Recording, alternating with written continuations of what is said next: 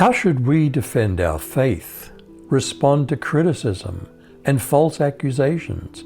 Let's begin in Job chapter 6. Did Eliphaz's tasteless words just make Job's calamity heavier? Though he didn't yet understand why, did Job realize that God ultimately had allowed his suffering? Then Job answered, "Oh, that my anguish were weighed, and all my calamity laid in the balances, for now it would be heavier than the sand of the seas. Therefore my words have been rash, for the arrows of the Almighty are within me. My spirit drinks up their poison. The terrors of God set themselves in array against me. Does the wild donkey bray when he has grass? Or does the ox low over his fodder? Can that which has no flavor be eaten without salt? Or is there any taste in the white of an egg? My soul refuses to touch them. There is loathsome food to me." Do people sometimes find death a greater relief than continued suffering? Oh, that what I've requested would come, and God grant my hope. That God be willing to crush me, release his hand and cut me off. I'd still take comfort, relieved even though in persistent pain. For I've not denied the words of the Holy One. What's my strength that I should hope? My end that my life should drag on? Is my strength that of rocks? My flesh bronze? I don't have a helper for myself. Success has been taken from me.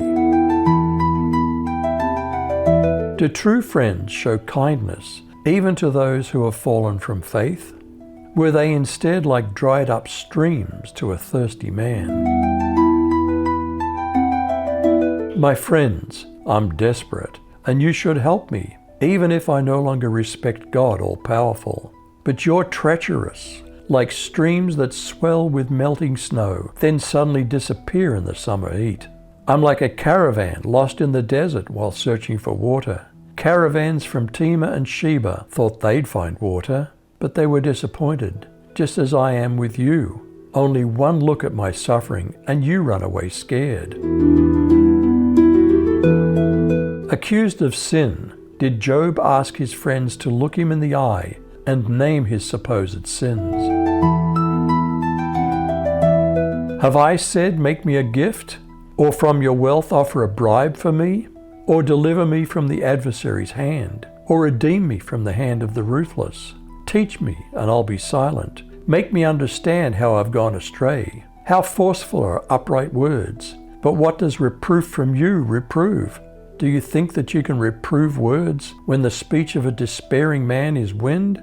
You would even cast lots over the fatherless and bargain over your friend. But now, be pleased to look at me, for I'll not lie to your face. Please turn, let no injustice be done. Turn now, my vindication's at stake. Is there any injustice on my tongue? Cannot my palate discern the cause of calamity? How does Peter advise us to defend ourselves and our faith?